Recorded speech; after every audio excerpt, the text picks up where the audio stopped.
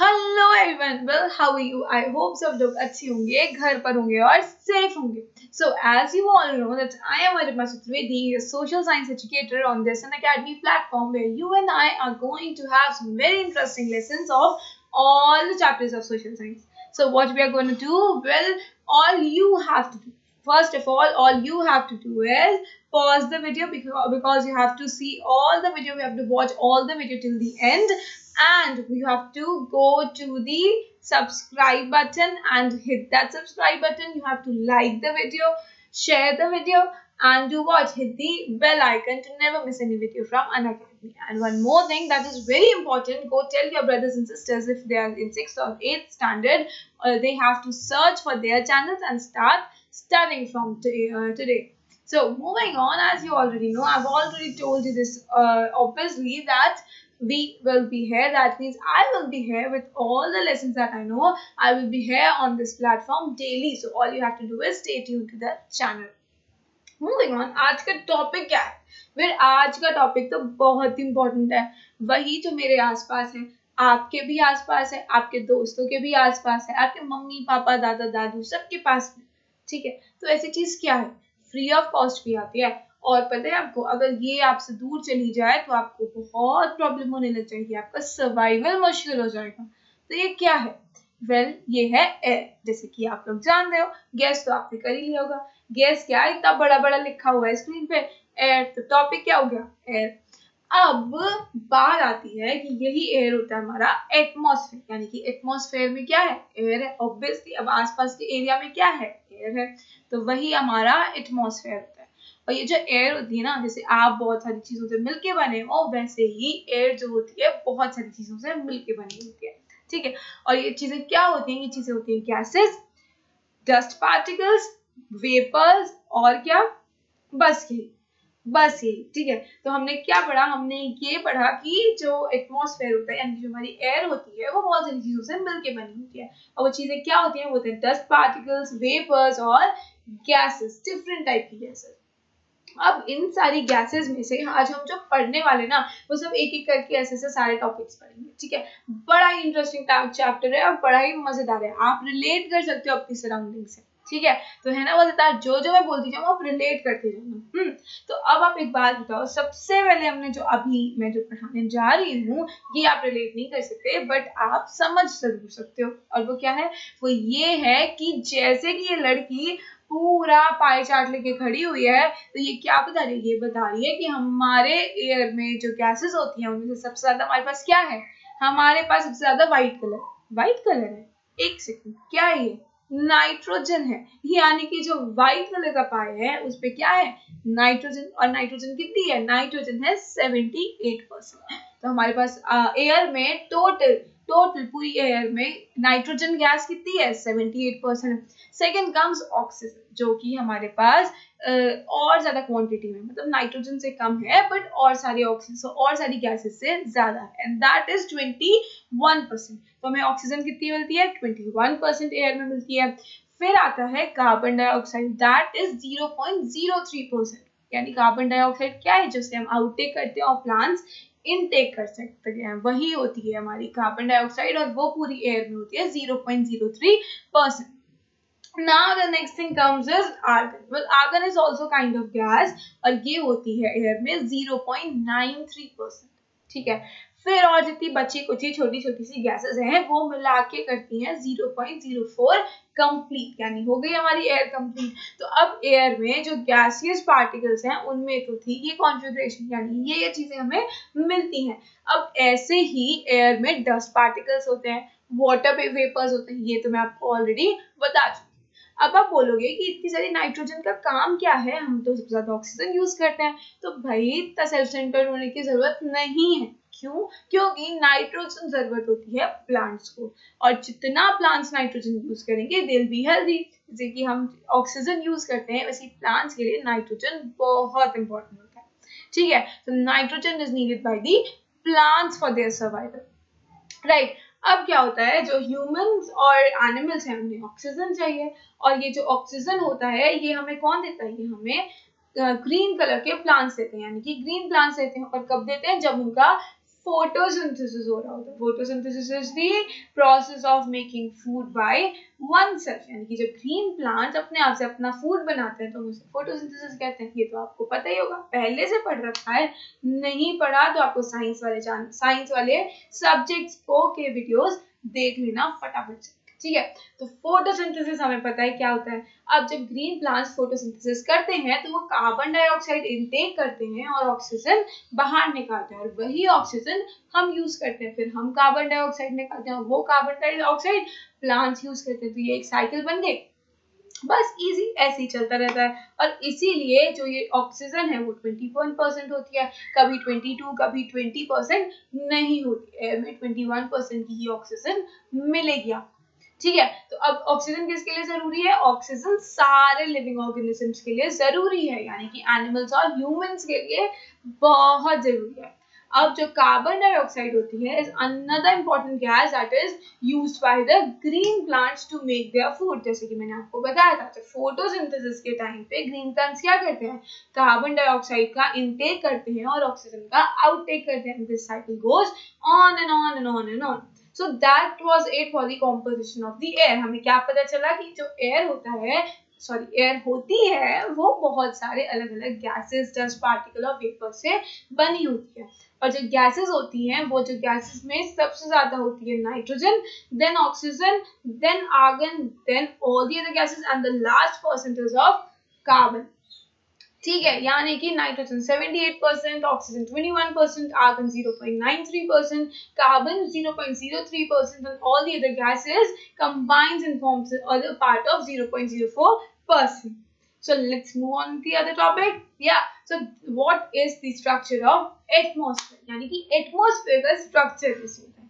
अब आप बोलोगे क्या ही होता है, यहाँ से देखो आसमान की तरफ तो सिर्फ आसमान नजर आता है ना, यही होता है, पर उसमें भी उन्होंने स्ट्रक्चर्स डिवाइड कर दिए। बहुत पढ़ाने लग गए अभी लोग, वाकई में बता रही हूँ, बहुत सारे स्ट्रक्चर्स डिवाइड कर दिए। तो ये स्ट्रक्चर्स हमने नहीं डिवाइड की, ये स्ट्रक्चर्स ऑलरेडी डिवाइडेड है। कैसे? अपनी अपनी फिजिकल और अपनी अपनी केमिकल प्रॉपर्टीज को देखते हुए आपने क्या किया? हमने उनके स्ट्रक्चर्स डिवाइड कर दिए। जैसे कि आपकी क्लास में आपको हाउसेस के अलोंग डिवाइड किया जाता है, वैसे हमने स्ट्रक्चर भी डिवाइड कर दिया एटमॉस्फेयर का। चलो पढ़ते हैं, बहुत इजी है, ज्यादा डिफिकल्ट नहीं है, ठीक है। तो सबसे पहले आता है ट्रोपोस्फेयर, ठीक है। याद साथ साथ बोलते जाना, याद होते जाएगा। सबसे पहले आता है ट्रोपोस्फेयर, देन आता है स्ट्रेटोस्फेयर, देन आता है मेसोस्फेयर, देन आता है थर्मोस्फेयर और आता है एक्सोस्फेयर, ठीक है। तो सबसे पहले अगर हम अर्थ पे, ऑब्वियसली अर्थ पे ही होंगे, तो हम अर्थ पे खड़े हुए हैं, यानी कि अपने लैंड पर खड़े हैं, तो हमारे पास में क्या है? Troposphere. Then comes stratosphere sorry, troposphere के ऊपर क्या आता है? स्ट्रेटोस्फेयर। स्ट्रेटोस्फेयर के ऊपर आता है मेसोस्फेयर। मेसोस्फेयर के ऊपर आता है थर्मोस्फेयर और थर्मोस्फेयर के ऊपर आता है एक्सोस्फेयर, ठीक है। याद हो गए, बहुत इजी थे।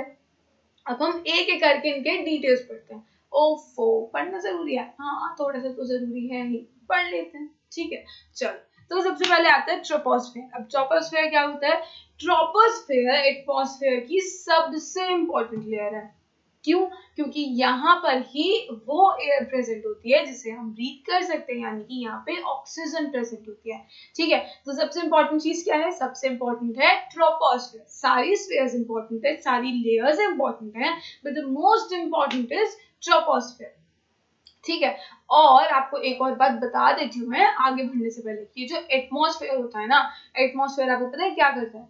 ये एटमॉस्फेयर जो सनलाइट होती है उसे ट्रैप करके रखता है। यानी कि अगर एटमॉस्फेयर नहीं होगा तो क्या होगा? हम लोग या तो बहुत गर्मी देखेंगे या फिर हम बहुत ठंड देखेंगे। और कैसे होगा ये? ऐसे होगा कि जैसे ही सन आता है हमारी तरफ, यानी कि डे होता है, तो जैसे ही डे होता है वैसे ही क्या हो जाएगा? वैसे ही गर्मी बढ़ जाएगी, बहुत गर्मी बढ़ जाएगी। और जैसे ही रात होगी तो इतनी ठंड हो जाएगी कि आपसे सहना मुश्किल हो जाएगा, यानी कि कुछ माइनस में टेम्परेचर चला जाएगा। तो आप सोच सकते हो एटमॉस्फेयर कितना इंपॉर्टेंट है। एटमॉस्फेयर क्या करता है? जब सन अपनी रेज हमें देता है, उस रेज की कुछ हीट को वो अपने अंदर एब्सॉर्ब कर लेता है, ठीक है। जैसे कि आपका जो ब्लैंकेट है वो आपकी हीट एब्सॉर्ब करके रखता है, वैसे एटमॉस्फेयर क्या है? Atmosphere is a thin layer of air that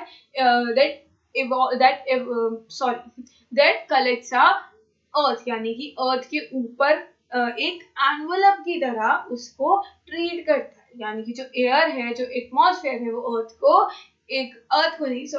अर्थ के ऊपर एक एनवलप की तरह चढ़ा हुआ एटमॉस्फेयर, और वो क्या करता है, वो जो सन की रेज हैं उससे हमें बचाता है और जो इतनी यूजफुल चीजें हैं उसे अपने अंदर एब्जॉर्ब कर देता है। जैसे रात में जब बहुत ठंड होती है, जब सन हमें दिखता नहीं है, तो क्या हो, तो ये हो कि वो जो एटमॉस्फेयर की हीट है उससे हम लोग सर्वाइव कर सकते, नहीं तो इतनी ठंड में तो मर जाएंगे, right. So that is it for atmosphere. Atmosphere तो बहुत इंपॉर्टेंट है, आपने पढ़ा ही होगा एटमॉस्फेयर के बारे में, ठीक है। अब आता है एटमॉस्फेयर की फर्स्ट लेयर, ट्रोपोस्फेयर। जैसे कि मैंने आपको बताया था कि जो ट्रोपोस्फेयर होता है वो बहुत इंपॉर्टेंट होता है। क्यों होता है? क्योंकि उसमें ऑक्सीजन होता है, और जहां पर आप खड़े हो उससे 13 किलोमीटर ऊपर तक सिर्फ आपको ट्रोपोस्फेयर दिखेगा। जैसे कि हमने कोरमेंटल क्रस्ट के बारे में पढ़ा था, वैसे ही हम लेयर्स पढ़ रहे हैं अर्थ के एटमॉस्फेयर, ठीक है। तो अब ट्रोपोस्फेयर आपको कहां से कहां तक मिलेगा? ट्रोपोस्फेयर आपको मिलेगा ग्राउंड से 13 किलोमीटर अबव तक, सिर्फ आपको ट्रोपोस्फेयर मिलेगा, और ये ट्रोपोस्फेयर सबसे इंपॉर्टेंट लेयर होती है एटमॉस्फेयर की। Why? Because it has oxygen in it, and oxygen is the survival gas for all the living organisms, right. अब क्या होता है, अब जो भी चीजें आपको फील होती हैं, आपके एटमॉस्फेयर में चेंज करती हैं, वो सब चीजें यही होती हैं। और एटमॉस्फेयर में क्या क्या चीजें चेंज करती हैं? एटमॉस्फेयर में आपका वेदर चेंज करता है, रेनफॉल होता है, फॉग होता है, एंड देन हेल स्टॉर्म्स होते हैं, स्नो गिरती है। ये सब चीजें कहाँ होती हैं?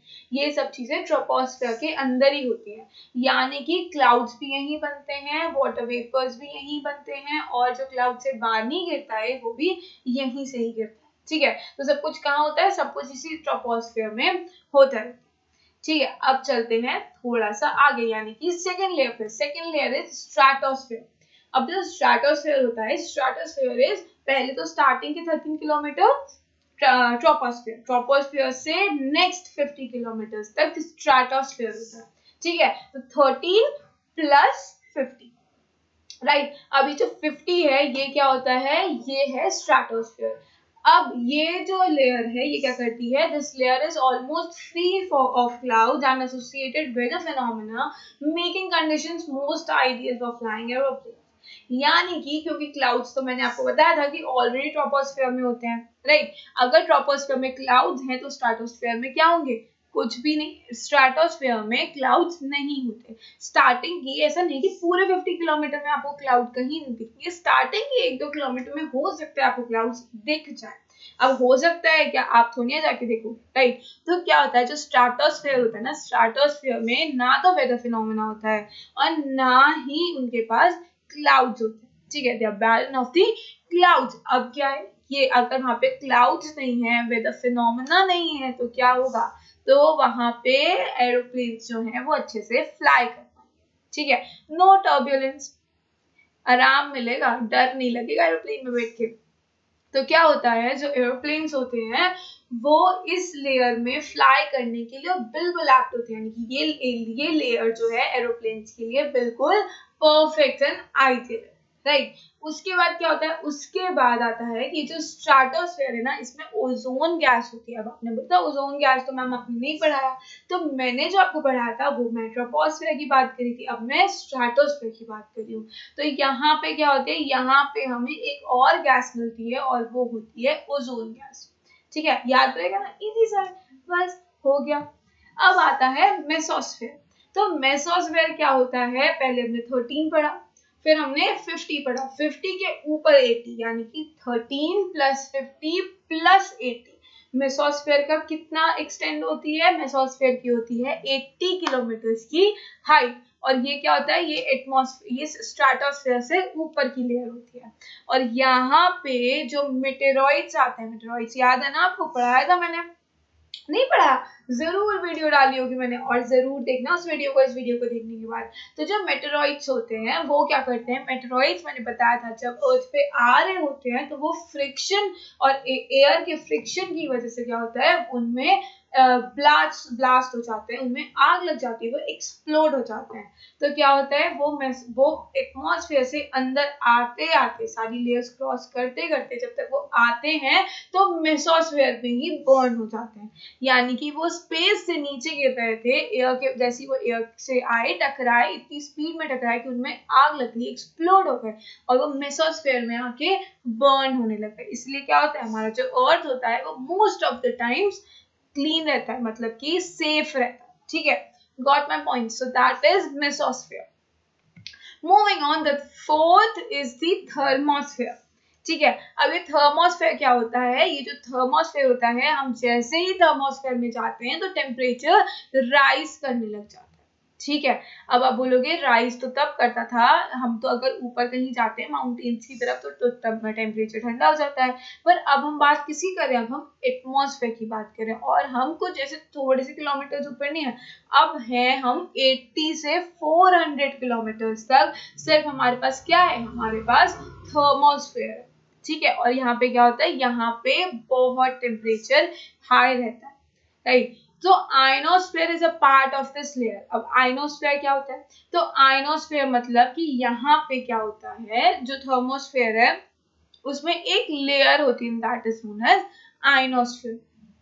अब एक और चीज सबसे इम्पोर्टेंट वो ये है कि जैसे मैंने आपको बताया था कि अभी तक तो मैं बता रही थी आपको कि ये इतना इतना इतना, अब आप देखो थर्मोस्फेयर की लेयर बहुत होती है, बहुत चौड़ा है, मतलब बहुत एक्सटेंडेड है, बहुत हाइट का है, और ये कितना है, ये है 80 से 400 किलोमीटर्स। दैट मीन्स पहले स्टार्टिंग के 13 kilometres troposphere, next comes stratosphere for 50 kilometers, next comes mesosphere for 80 kilometers, and then this extends up to 400 kilometers, and that is what, that is thermosphere। ठीक है, और ये जो थर्मोस्फेयर होता है ना, ये रेडियो ट्रांसमिशन में बहुत इंपॉर्टेंट होता है। यानी कि यहाँ पे क्या होता है, जैसे हम लोग जो रेडियो वेव्स होते हैं, जैसे हम रेडियो सुनते हैं या फिर फोन से बात करते हैं, तो ये वेव्स के थ्रू हमसे कनेक्टेड होते हैं। पढ़ा होगा आपने, पढ़ा ही होगा 4th क्लास में। और वो क्या होता है, ये जो रेडियो वेव्स होते हैं ना, ये रेडियो वेव्स क्या करते हैं, ये रेडियो वेव्स थर्मोस्फेयर तक जाते हैं और वहां के एटमॉस्फेयर से टकरा के नीचे आ जाते हैं जहां इन्हें जाना है, और इसीलिए हम रेडियो वेव्स की हेल्प से बहुत सारे काम कर सकते हैं। ठीक है, सो क्या होता है, ये रेडियो ट्रांसमिशन के लिए बहुत इंपॉर्टेंट है। Next and the last sphere is the exosphere, यानी कि लास्ट लेयर होती है, सबसे ऊपर की लेयर होती है, और इसमें ना बहुत पतली लेयर होती है एयर की। The uppermost layer of the atmosphere is known as exosphere, and this layer has very thin air. The thing is कि यहाँ पे क्या होता है, light gases like helium and hydrogen float in the space from here। अब इस air से, यानी कि जो एग्जॉस्फेयर है, यहाँ पे तो बहुत पतली सी लेयर है, यानी कि बेसिकली हमारा यहाँ पे आके एटमॉस्फेयर खत्म हो जाता है। इसके बाद क्या आता है, इसके बाद स्पेस आता है, और ये जो स्पेस है, अब यहाँ से हमारे पूरे एरिया में से जो हाइड्रोजन और हीलियम गैस है, वो क्या होता है, हाइड्रोजन और हीलियम गैस बहुत हल्की होती है। ठीक है, अब जैसे मैंने आपके बलून में हीलियम गैस भर दी, तो क्या होगा, हीलियम की वजह से जो बलून होगा वो ऊपर उठेगा। वो गैस इतनी हल्की है कि वो उड़ती है आसमान। ठीक है, अब ऐसे ही जब हीलियम एटमॉस्फेयर में है तो क्या होगा, एटमॉस्फेयर से वो उड़ के बाहर चली जाएगी। क्यों चली जाएगी, क्योंकि एग्जॉस्फेयर बहुत ऊपर है, that is the upper most layer of the atmosphere. Right, so that's it for all the layers of the atmosphere. I think you got it right. It's very easy. सबसे पहले क्या पढ़ा, थर्मोस्फेयर, थर्मोस्फेयर के बाद stratosphere, फिर mesosphere, thermosphere, thermosphere के बाद exosphere. Right, that's it, हो गया, बहुत इजी था। चल, अब आता है कि क्लाइमेट और वेदर कैसे चेंज होता है, क्लाइमेट और वेदर में डिफरेंस कैसा होता है। ठीक है, तो अब एक बात बताओ आपको, क्या आपने कभी किसी सुना है कि क्लाइमेट फोरकास्ट होता है? नहीं। क्या सुना है, वेदर फोरकास्ट होता है, राइट? यानी कि आपका जो day to day, hour to hour, जो भी आपके वेदर में, यानी कि एटमॉस्फेयर में जो भी चेंजेस आ रहे हैं, एटमॉस्फेयर में जो भी चेंजेस आ रहे हैं, hour to hour, minute to minute and day to day, तो वो क्या होता है, वो होता है वेदर। जब आप बाहर जाते हो और बहुत अच्छी अच्छी हवा चलने लग जाती है और सुबह तो धूप निकली थी, तो आप क्या बोलोगे, ओहो कितना सुंदर सा वेदर हो गया, चलो कहीं घूमने चलते हैं, मैकडॉनल्ड्स चलते हैं वो बर्गर खाने के। ठीक है, तो क्या हुआ, आपको पता चला कि जो वेदर है वो बहुत अच्छा था। और वो क्या हुआ, सुबह कुछ और था, अभी कुछ और हो गया। सुबह तो धूप निकली थी, बट अभी क्या हो गया, अभी एकदम से अच्छी अच्छी हवा चलने लगी। और दो जो क्लाइमेट होता है ना, वो ऐसा होता है कि वेदर जो इतने सालों से एक एरिया की है, जैसे 15 से 20 साल तक की जो एरिया में वेदर रहेगा, उसको हम बोलते हैं क्लाइमेट। जैसे कि मैं जिस एरिया में रह रही हूँ वो हॉट एंड ह्यूमिड है, ठीक है। यानी कि यहाँ से इस यहाँ का जो एरिया है उसका क्लाइमेट क्या है, उसका क्लाइमेट है हॉट एंड ह्यूमिड। यानी कि इसके यहाँ से 15 साल से पहले, 20 साल पहले और बहुत साल पहले, इन अभी तक का अगर मैं एवरेज वेदर निकालूं, अगर मैं देखूं सबसे ज्यादा यहाँ पे क्या होता है, तो यहाँ पे क्या होता है, यहाँ पे हॉट और ह्यूमिड क्लाइमेट होता है, ठीक है। अब ह्यूमिड क्या होता है, हॉट तो आपको पता है, हॉट मतलब गर्मी, ह्यूमिड मतलब आगे बताते, ठीक है। तो हॉट और ह्यूमिड क्लाइमेट, अब आपको क्लाइमेट और वेदर में समझ में आया। क्लाइमेट होता है जो बहुत सालों से एक ही है, और वेदर होता है जो hour to hour, day to day change हो जाता है। कंडीशन क्या है एटमॉस्फेयर की राइट नाउ, अगर आप अपना फोन चेक करोगे तो उसमें क्या लिखा होगा, weather forecast, right. Weather forecast में वो बोलेगा कि 6 बजे बारिश होने की संभावना है, यानी कि it is expected to rain by 6 o'clock, राइट। तो अब क्या है, आपने ये देखा कि उसमें वेदर क्या बता रहा है कि 6 बजे तक बारिश हो सकती है, बट उसमें ये नहीं बोलेगा कि वो क्लाइमेट क्या है, क्लाइमेट है कि 6 बजे तक बारिश हो सकती है, नहीं। क्लाइमेट क्या होता है, क्लाइमेट होता है लॉन्गर पीरियड के लिए। अब पढ़ के देखते हैं, ठीक है। तो weather is hour to hour, day to day condition of the atmosphere. Weather can change dramatically from day to day, यानी कि ऑब्वियसली आपको पता ही होगा, मानसून का सीजन है, एक दिन बहुत गर्मी होती है और दूसरे दिन क्या हो जाता है, भयंकर बारिश। अरे इतनी बारिश होती है कि हम घर से बाहर नहीं निकल सकते। This is what, this is the change of the weather. अब however, the average weather condition of a place for a longer period of time represents the climate of a place। यानी कि बहुत टाइम तक किसी भी जगह का weather कैसा है, उससे हम उसका एवरेज निकाल के पता कर सकते हैं कि उसका क्लाइमेट क्या होगा, ठीक है। तो अब आपको ये जो भी चीजें दिख रही है ना, ये क्या है, ये है वेदर की। जैसे सनी वेदर है, क्लाउडी वेदर है, स्टॉर्मी वेदर है, स्नोई वेदर है, रेनी वेदर है, विंडी वेदर है। और क्लाइमेट्स कैसे होते हैं, क्लाइमेट्स होते हैं हॉट एंड ह्यूमिड और hot and dry, wet and humid, sorry wet and hot and wet, और क्या होता है, बहुत सारे टाइप के होते हैं। पता लगाना कितने सारे टाइप के क्लाइमेट इंडिया में होते हैं, ठीक है। So now the next topic comes the temperature. Temperature तो सबको पता है, फीवर आ जाता है। फीवर को और क्या बोलते हैं कि इसकी बॉडी का टेम्परेचर हाई हो गया, यानी कि ये गर्म हो रखी है लड़की या लड़का, ठीक है। तो यानी कि गर्म टेम्परेचर का मतलब क्या है, जब आपको फीवर होता है तो आपका बॉडी टेम्परेचर हाई हो जाता है, राइट। यानी कि आप गर्म होने लग जाते हो, that is high temperature, that is called fever.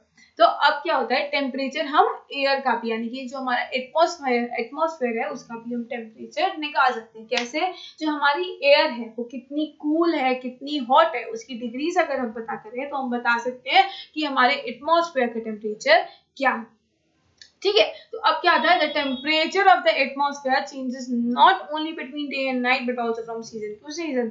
अब आपने नोटिस किया होगा कि दोपहर में तो गर्मी थी और रात में आते आते थोड़ी सी मौसम अच्छा सा हो गया, ठीक है। तो this is what, this is the change of the temperature, यानी कि दिन से रात में टेम्परेचर में डिफरेंस आ जाता है, सीजन टू सीजन डिफरेंस आ जाता है।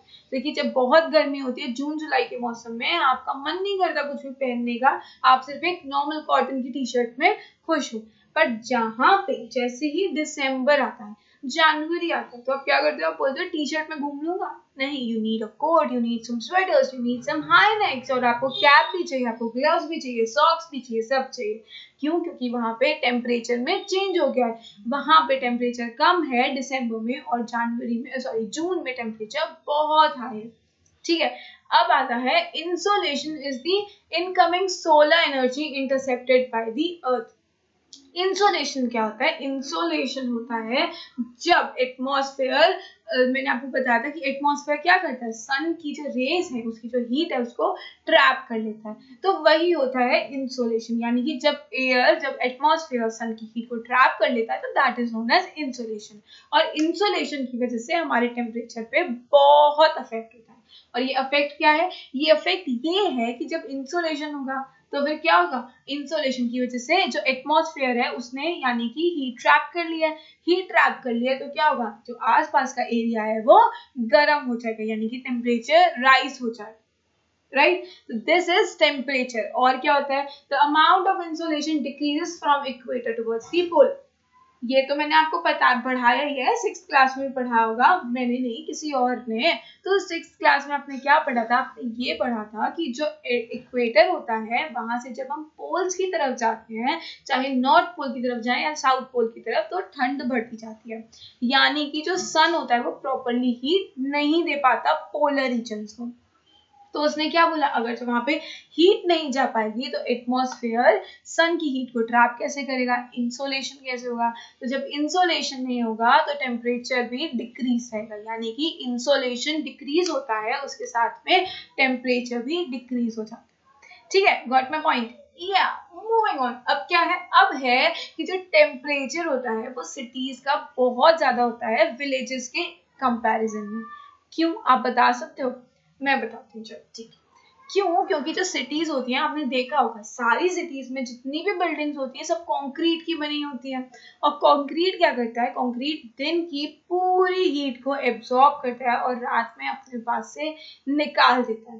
और जब वो निकाल रहा होता है तो वो हीट कहाँ निकल रही है, हीट निकल रही है एटमॉस्फेयर में। अब जब एटमॉस्फेयर में इतने सारी बिल्डिंग्स की हीट निकलेगी तो टेम्परेचर कैसा हो जाएगा, हाई हो जाएगा, राइट। तो अब क्या होगा, जैसे ही टेम्परेचर हाई हुआ तो एटमॉस्फेयर का टेम्परेचर भी हाई हो गया। सॉरी, जैसे बिल्डिंग ने अपना एटमॉस्फेयर में टेम्परेचर छोड़ा, अपनी जितनी भी गर्माहट उसने ग्रास्प करी थी पूरे दिन में वो उसने एटमॉस्फेयर में छोड़ दी। अब एटमॉस्फेयर में छोड़ी तो एटमॉस्फेयर गर्म हो गया। इसी की वजह से विलेजेस में इतने घर नहीं होते और विलेजेस में प्रॉपर कंक्रीट के भी घर नहीं होते। तो क्या है, विलेजेस इसी वजह से थोड़े से टेम्परेचर में डाउन रहते हैं और जबकि सिटीज में हाई टेम्परेचर रहता है। और एक और चीज आपने नोटिस करा होगा, जब आप ठंड में शादियों में जाते हो तो आपको ठंड कम लगती है ना। क्यों, क्योंकि वहां पे इतने सारे लोग होते हैं, है ना। एक रूम में आपको 10 जनों को बंद कर दूं तो वहां पे ठंड कम लगेगी। क्यों लगेगी, क्योंकि इतने सारे लोग हैं, इतने सारे लोगों की वजह से जो टेम्परेचर है वहां का इंक्रीज हो जाएगा। और जब टेम्परेचर इंक्रीज होता है तो क्या होता है, तो गर्मी हो जाती है, यानी कि सिटीज में इसकी वजह से भी गर्मी होती है क्योंकि वहां पे ज्यादा क्राउडेड लोग हैं, ज्यादा लोग रहते हैं और बिल्डिंग्स बहुत सारी हैं। ठीक है, the crowded high-rise building of the cities trap the warm air and thus raise the temperature of the cities। जैसे मैंने आपको बताया था, क्या बताया था कि जो सिटीज होती हैं वहाँ की एरिया, वहाँ का जो बिल्डिंग्स हैं उस एरिया की वो हीट को ट्रैप कर लेती हैं और रात में जब छोड़ती हैं तो गर्मी होती है। ठीक है, जैसे कि आपने कोई भी यूटेंसिल गैस पे रखा, जब आप उस यूटेंसिल के पास में हाथ लेके जाओगे तो क्या होगा, आपके हाथ पे हीट आएगी। मैं नहीं कह रही उसे टच करना, बिल्कुल टच मत करना, जल जाओगे। बट आप उसके थोड़ा सा पास लेके आओगे, आपको पता चलेगा कि वो जो बर्तन है, जो वो यूटेंसिल है वो गर्म हो चुका है। ऐसे ही जो बिल्डिंग्स होती हैं वो गर्म हो जाती हैं और बाहर अपनी हीट ट्रांसफर करती है in the atmosphere, making a rise in the temperature. और जो टेम्परेचर होता है वो किससे मेजर होता है, बुखार आता है तो किससे मेजर करते हो, थर्मोमीटर से। सिमिलरली एटमॉस्फेयर का टेम्परेचर भी हम थर्मोमीटर से मेजर कर सकते हैं। ठीक है, मूविंग ऑन, अब क्या है, अब है एयर प्रेशर। अब एयर प्रेशर क्या होता है, एयर प्रेशर होता है ऐसा प्रेशर जो कि हमारी जो एयर है वो हम पर लगाती है या फिर अर्थ सरफेस के ऊपर लगाती है। अब आप बोलोगे एयर पे कहाँ इतना वेट होता है, तो आप एक बात बताओ, आपने एक चीज पढ़ रखी होगी and that is gravitational force. पढ़ता है ना आपको, ग्रेविटेशनल फोर्स क्या कहते हैं, ग्रेविटेशनल फोर्स पूरे एटमॉस्फेयर को होल्ड करके रखती है, हम सबको जमीन पर टिका के रखती है, नहीं तो हम तो क्या करेंगे, उड़ेंगे। तो ग्रेविटेशनल फोर्स क्या होती है, ग्रेविटेशनल फोर्स ऐसी फोर्स होती है जो कि हमें जमीन से टिका के रखती है, यानी कि हमें उड़ने नहीं देती। ठीक है, अब अपनी तरफ सबको अट्रैक्ट करती है ग्रेविटेशनल फोर्स, यानी कि अर्थ की तरफ सबको अट्रैक्ट करती है। अब जब सब अट्रैक्ट होगी तो एयर भी अट्रैक्ट होगी, राइट। अब जब एयर अट्रैक्ट होगी तो क्या होगा, एयर जब नीचे की तरफ आएगी, अट्रैक्ट होगी, तो उसका जो वेट है, उसका जो प्रेशर है वो अर्थ पर लगेगा और इसी प्रेशर को हम बोलते हैं एयर प्रेशर। ठीक है, हम पर भी उसका एयर प्रेशर बहुत लगता है, पर क्या होता है कि हमें चारों साइड से एयर प्रेशर लग रहा है तो हमें फील नहीं होता। जब आप कहीं ऊंचाइयों पर जाओगे यानी कि माउंटेन्स पर चढ़ोगे तो आपको फील होगा, आपको थकान आ जाएगी। क्यों? क्योंकि आपको एयर प्रेशर लो हो जाता है। अब कैसे होता है वो बताती हूँ। क्योंकि जब आप हाइट पर जाते हो तो एटमॉस्फेयर का प्रेशर जो है वो लो हो जाता है, एटमॉस्फेयर एयर का प्रेशर लो हो जाता है। दैट मीन्स हाइट पर लो एटमॉस्फेरिक प्रेशर रहता है, ठीक है, यानी कि लोअर एयर प्रेशर रहता है। अब क्या होता है, ये जो एयर प्रेशर है ना वो भी टेम्परेचर को बहुत इन्फ्लुएंस करता है, या फिर टेम्परेचर की वजह से एयर प्रेशर बहुत इन्फ्लुएंस्ड होता है। कैसे? इसीलिए क्योंकि जब लोअर टेम्परेचर होता है तो क्या होता है, एयर ठंडी होती है। अब जब एयर ठंडी होगी तभी तो टेम्परेचर कम होगा। और जो ये एयर ठंडी होती है ना, ये क्या होती है, ये बहुत हैवी होती है। ये बात आपको पता होगी, पता है क्या? नहीं पता? मैं बता देती हूँ, कोई बात नहीं। एयर अगर अगर एयर कूल है तो क्या होगा, एयर अगर कूल है तो हैवी होगी, और अगर एयर वार्म है तो क्या होगा, फ्लाई करेगी यानी कि लाइट होती है। हवा हमेशा अगर गर्म है तो लाइट रहेगी, और अगर कूल है तो हैवी रहेगी, ठीक है। इसी की वजह से क्या होता है, जो ऐसे एरियाज होते हैं जहां पर टेम्परेचर कम होता है तो हवा ठंडी होती है। अब हवा ठंडी होगी तो क्या होगा बताओ? हवा ठंडी होगी तो वह नीचे की तरफ जाएगी और हाई प्रेशर एरिया क्रिएट कर देगी। It is therefore heavy air sinks and creates high pressure area, यानी कि जो नीचे वाले पोर्शन होंगे जहां पे कोल्ड एयर है, कोल्ड एयर क्या करेगी, अगर कोई चीज हैवी है तो वो नीचे जाएगी, और कोई लाइट है तो वो ऊपर जाएगी। तो जो हैवी है वो नीचे जा रही है तो नीचे की तरफ प्रेशर कर रही है, यानी कि हाई एयर प्रेशर बना देती है, हाई प्रेशर एरिया बना देती है। किसका? ग्राउंड का। हाँ, ग्राउंड का, यानी कि जो उसका एरिया है, जो उसके आसपास की सराउंडिंग्स है, वहां पे उसका प्रेशर हाई कर देती है, ठीक है। किसकी वजह से होता है ये सब? कूल टेम्परेचर यानी कि कोल्ड एयर की वजह से। ऑपोजिट में क्या होता है, अगर टेम्परेचर हाई होता है, टेम्परेचर हाई का मतलब है एयर उसकी हीटेड है, बहुत ज्यादा गर्म है, तो वो क्या होगा, जैसे वो हवा में उड़ेगी तो वहां पे लो प्रेशर क्रिएट हो जाएगा, लो प्रेशर एरिया क्रिएट हो जाएगा, ठीक है। और ये जो हम एयर प्रेशर कर रहे हैं, इसको मेजर करने के लिए एक इंस्ट्रूमेंट होता है, that is barometer, right. Easy था, कुछ नहीं था। क्या होता है, अगर हम हाइट पे जाते हैं तो एयर प्रेशर कम हो जाता है, अगर हम ठंडी हवा पर जाएंगे तो एयर प्रेशर ज्यादा हो जाएगा, गर्म जगह पर जाएंगे तो एयर प्रेशर कम हो जाएगा, राइट। आ गया होगा एयर प्रेशर समझ में? बहुत इजी सैंपल, इतनी सी पॉइंट्स आपको याद रखना है। अब क्या होता है, जो एयर प्रेशर होता है वो किससे मेजर होता है, that is measured by an instrument known as barometer, right. So moving on, अब क्या आता है, अब आता है विंड। अब विंड क्या होती है? विंड तो आपको पता ही है। आपको एक चीज और मैं बताती हूँ, क्या होता है, जो हाई प्रेशर एरिया होता है उससे लो प्रेशर एरिया में हमेशा एयर का मूवमेंट होता है, यानी कि जब भी हवा चलेगी तो वो हमेशा हाई प्रेशर एरिया से लो प्रेशर एरिया की तरफ जाएगी, ठीक है। और इसी मूवमेंट ऑफ द एयर को बोलते हैं हम विंड, ठीक है। कभी भी एयर का मूवमेंट होता है तो हम उसे क्या कहते हैं, विंड। हवा तेज चल रही है तो वो हवा है, नहीं तो रुकी हुई क्या है, वो रुकी हुई भी हवा ही तो है, हवा ही है। तो इंग्लिश में हम इसे दो टर्म्स बोलते हैं, एक होता है एयर, एक होती है विंड। अगर कोई रुकी हुई है तो उसे हम बोलते हैं एयर, और अगर वही एयर में मूवमेंट आ जाती है, तेजी आ जाती है, तो हम उसे बोलते हैं विंड, ठीक है। फिर आता है विंड्स, जो होती है वो तीन टाइप से डिवाइडेड होती हैं। एक होती है परमानेंट विंड्स, दूसरी होती है सीजनल विंड्स, और तीसरी होती है लोकल विंड्स, ठीक है। तो परमानेंट विंड्स क्या होती है? परमानेंट विंड्स ऐसी होती हैं जो पूरे साल अगर ब्लो करेंगी तो उनका डायरेक्शन सेम रहेगा, उनके डायरेक्शन में कोई फर्क नहीं आता। और जो हम बात कर रहे हैं the three types of winds, वो हमने इन्हीं डायरेक्शन की वजह से उनका तीन नाम रखे हैं। और ये क्या होता है परमानेंट विंड, जैसे आपको नाम सुन के पता चल रहा होगा, यहाँ का जो डायरेक्शन होता है, इन विंड्स का जो डायरेक्शन होता है that is permanent and through out the year, यानी पूरे साल में ऐसे ही होता है। अब ये जो ट्रेड विंड्स हैं, वेस्टर्लीज हैं, ईस्टर्लीज हैं, ये क्या है? ईस्टर्लीज मतलब जो ईस्ट से हवा आ रही है, वेस्टर्लीज मतलब जो वेस्ट से हवा आ रही है। इजी। तो अगर वेस्टर्लीज चलेंगी तो वो वेस्ट से ही आएंगी, ईस्ट से तो नहीं आ सकती, और ईस्टर्लीज चलेंगी तो वो ईस्ट से ही आएंगी। तो this is why they are known as the permanent winds, यानी कि ये इनका पर्टिकुलर डायरेक्शन होता है पूरे साल का और ये परमानेंट होती है। ठीक है, फिर आता है सीजनल विंड्स। सीजनल विंड्स होती हैं जो सीजन के अकॉर्डिंग चेंज होती है, नाम से ही पता चल रहा है। सीजनल विंड्स वो होती हैं जो कि हम सीजन के अकॉर्डिंग, हमने सीजन के अकॉर्डिंग जो अपना डायरेक्शन चेंज कर देती है। जैसे कि आपने मॉनसून विंड्स सुनी होंगी। मॉनसून विंड्स में क्या होता है, कभी कहीं से मॉनसून विंड्स आती हैं, कभी कहीं से आती होंगी, अपना डायरेक्शन सीजन के अकॉर्डिंग चेंज कर देती हैं। ठीक है, तो this is known as seasonal winds. जैसे अभी जो हवा आई थी, अभी जो बरसात हुई थी, वो कहाँ से आई थी? वो बंगाल के एरिया से आई थी, राइट। तो अब हम उसे क्या बोलेंगे? उसे भी हम सीजनल विंड ही बोलेंगे। उसके साथ में मॉनसून भी आया था, अच्छा बारिश भी हुई थी, वो थी सीजनल विंड, राइट।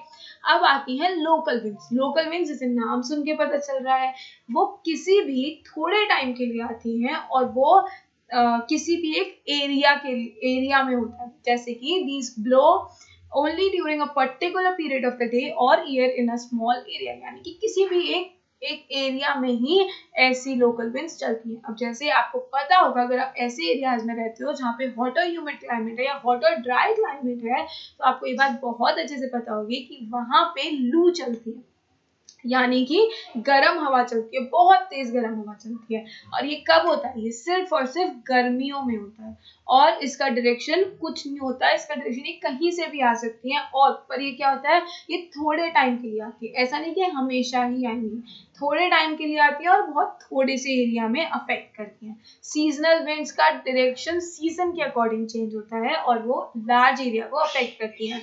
और परमानेंट विंड्स क्या होती हैं, जो कि पूरे साल चलती हैं, जब भी चलेंगी तो उनका डायरेक्शन हमेशा सेम होगा। ठीक है, तो दैट्स इट फॉर विंड। अब आता है मॉइस्चर। तो मॉइस्चर तो आपको पता होगा क्या होता है, पता है ना। तो मॉइस्चर क्या होता है? When water evaporates from land and different water bodies, it becomes water vapour. जैसे कि आपने एक बर्तन में पानी को गैस पर रख दिया, अब उसके बाद जब आपने पानी गैस ऑन करी तो जो पानी था उसमें वो गर्म होने लग गया, और गर्म होते ही क्या हुआ, वो वेपर्स में कन्वर्ट होने लगे, राइट। सिमिलरली जैसे मैंने आपको एक और पहले एग्जांपल दिया था कि आप स्कूल जा रहे थे, स्कूल जाते जाते क्या हुआ, स्कूल जाते जाते आपको गड्ढा दिखा, उस गड्ढे में आपने देखा पानी है, जब आप वापस आए तो वो पानी गायब हो गया था। तो कोई पिएगा तो नहीं, क्योंकि वो गंदा पानी था, और उसको वो गया कहाँ, क्योंकि वहां पे आसपास कोई भी नाली वाली भी नहीं थी। तो क्या हुआ कि वो जो पानी था वो पानी हवा पी गई, यानी कि एटमॉस्फेयर पी गया, यानी कि जो उसमें वाटर था वो इवेपोरेट होके वेपर्स में कन्वर्ट हो गया। और ये जो वेपर्स हैं, इन्हीं की वजह से ह्यूमिडिटी होती है, यानी कि कितना मॉइस्चर है एयर में उसे हम कहते हैं ह्यूमिडिटी। अगर ज्यादा चिपचिपापन है, ज्यादा मॉइस्चर है, तो हम बोलेंगे it is a very humid day, और अगर कम है तो हम बोलेंगे it is a less humid day. That's it. यानी कि अब मैंने आपको एक और बात बताई थी, मैंने बताया था कि मैं जिस एरिया में रहती हूँ that is hot and humid, यानी कि यहाँ के एरियाज में आपको बहुत ज्यादा ह्यूमिडिटी दिखेगी। ह्यूमिडिटी का क्या मतलब है? एटमॉस्फेयर में चिपचिपापन मिलेगा, और वो चिपचिपापन क्या है? मॉइस्चर है। ठीक है, यानी कि वाटर वेपर्स है, right. So that's it for moisture. यानी कि हमें पता चल गया कि मॉइस्चर होता क्या है। हवा में जितना चिपचिपापन होता है, आपको लगता है ना कभी कभी चिपचिपापन है बहुत ज्यादा हवा में, हमें बहुत ज्यादा अच्छा फील नहीं होता, हम कंफर्टेबल नहीं होते हम, मतलब ऐसे एटमॉस्फेयर में आके। तो वहां पे क्या होता है, वहां पे ह्यूमिडिटी ज्यादा होती है, और ह्यूमिडिटी की वजह से हमें गर्मी भी ज्यादा लगती है, राइट। So अब क्या है, as the air gets warmer, its capacity to hold the water increases and so it becomes more humid. जब हवा गर्म होती है, हमेशा ह्यूमिडिटी गर्मी के सीजन में होती है, ठंड के सीजन में नहीं होती। क्यों? क्योंकि जब हवा गर्म होती है तो क्या होता है, हवा जैसे ही गर्म होगी तो उसमें और ज्यादा वाटर वेपर्स वो अपने अंदर होल्ड कर सकती है, और जैसे ही वो अपने अंदर होल्ड करेगी वाटर वेपर्स को, तो क्या होगा, एयर में मॉइस्चर की कैपेसिटी बढ़ जाएगी, एयर में मॉइस्चर का जो रेशियो है वो बढ़ जाएगा, और रेशियो जैसे ही बढ़ा क्या हो जाएगा, ह्यूमिडिटी हो जाएगी, बहुत ज्यादा ह्यूमिडिटी हो जाएगी। अब क्या होता है, जब ये वाटर वेपर धीरे धीरे ऊपर उठता है, ऊपर उठने के बाद क्या होता है, कूल होता है। कूल होगा, जैसे आप ऊपर जाओगे तो आपको ठंडक महसूस होगी। जब आप ऐसे हिली एरियाज पे जाते हो तो वो ऊपर होते हैं, सी लेवल से ऊपर होते हैं, वो ठंडे होते हैं। क्यों होते हैं? क्योंकि वहां पे ऐसा एटमॉस्फेयर है, राइट। अब क्या है, ऐसे ही जब वाटर वेपर ऊपर जाएंगे तो वो ऊपर जाते ही ठंडे होने लगेंगे और बहुत सारे वाटर मिलके क्या होते हैं, क्लाउड फॉर्म करते हैं। और जब क्लाउड बहुत हैवी हो जाते हैं, जब उनसे संभाला नहीं जाता, तो वो क्या होता है, वो वाटर की फॉर्म में या किसी भी प्रेसिपिटेशन की फॉर्म में नीचे गिराते हैं। और ये वाटर साइकिल मैं आपको ऑलरेडी पढ़ा चुकी हूँ, और अगर आपने नहीं पढ़ा तो प्रीवियस वाले वीडियो में देखो जाकर और समझो कि ये सब क्या होता है। ठीक है, तो आई थिंक ये तो समझ में आ गया होगा। अगर आपने पहले वाली वीडियो देखी होगी तो आपको प्रेसिपिटेशन बहुत अच्छे से समझ में आ गया होगा। क्या बताया मैंने, जो वाटर वेपर ऊपर उठते हैं तो वो ठंडे होने लगते हैं। ठंडे होंगे तो वो एक साथ में मिलके क्लाउड्स बना लेते हैं, अपने सारे फ्रेंड्स को बुलाते हैं, साथ मिलके क्लाउड्स बनाते हैं।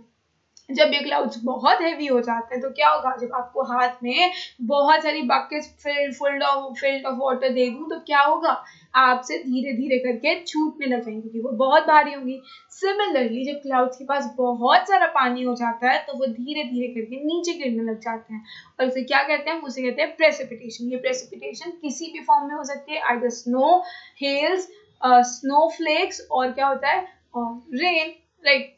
अब क्या होता है, जो प्रेसिपिटेशन होता है that comes down to the earth in liquid form is called rain, and most of the ground water comes from rain water. Plants help preserve water. उन्होंने ये बताया हमें कि जो ये ग्राउंड वाटर होता है, जो ग्राउंड वाटर आपने सुना होगा बहुत ज्यादा, ग्राउंड के अंदर का पानी, वो हमें मोस्टली रेन वाटर से मिलता है। ज्यादा से ज्यादा ग्राउंड वाटर कहाँ से आता है, रेन वाटर से। जब बारिश होती है, बारिश जमीन पर गिरती है तो जो सॉइल होता है, जो जमीन होती है, उसे सोख के अंदर ले जाती है, और वो हमारे जो लैंड है उसको खोदेंगे तो नीचे से पानी निकलेगा, और वो पानी क्या होता है, वो पानी होता है ग्राउंड वाटर। ये कहाँ से आता है, this comes from the rain. और ये जो प्लांट्स होते हैं, ये पता है क्या करते हैं, ये प्लांट्स वाटर को प्रिजर्व करने में हेल्प करते हैं। यानी कि अगर प्लांट्स नहीं होंगे तो क्या होगा, फ्लड्स आने स्टार्ट हो जाएंगे। कैसे? क्योंकि जो प्लांट्स होते हैं उनको अपनी रूट्स में बांध के रखते हैं, और ये जो रूट्स होते हैं ये पानी लेती भी है, इनसे सॉइल से पानी लेती हैं, राइट, आपको पता है ये बात। तो क्या होता है, ये जो रूट्स में जब पानी, जब प्लांट्स हम काटते हैं तो क्या होगा, उनकी रूट्स खराब हो जाएंगी। रूट्स खराब हो गई यानी कि वो प्लांट्स डेड हो गए। जब वो प्लांट्स डेड हो गए तो पानी को होल्ड कौन करेगा, और जब पानी को होल्ड नहीं कर सकते तो क्या होगा, फ्लड्स आएंगे। ठीक है, तो इसीलिए क्या करना चाहिए, प्लांट्स नहीं काटने चाहिए। अब जैसे कि मैंने आपको प्रेसिपिटेशन बताया था, तो मॉइस्चर की वजह से 3 टाइप की रेनफॉल होती है, और ये 3 टाइप की रेनफॉल क्या होती है, first is convectional rainfall, second is the relief और ऑर्गोग्राफिक रेनफॉल, और the third is cyclonic rainfall या फ्रंटल रेनफॉल।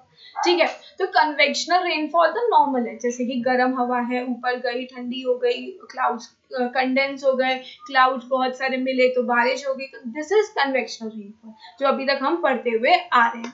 अब आता है ओरोग्राफिक रेनफॉल। ओरोग्राफिक रेनफॉल क्या होता है, मैंने आपको बताया था, जो मॉइस्ट एयर होती है वो ऑब्वियसली हैवी होती है, तो जो मॉइस्ट एयर होती है वो जब हिल्स पर जाती है या फिर ऐसे ऊंचे वाले एरियाज में जाती है, क्योंकि उसे तो ट्रैवल करना पड़ेगा।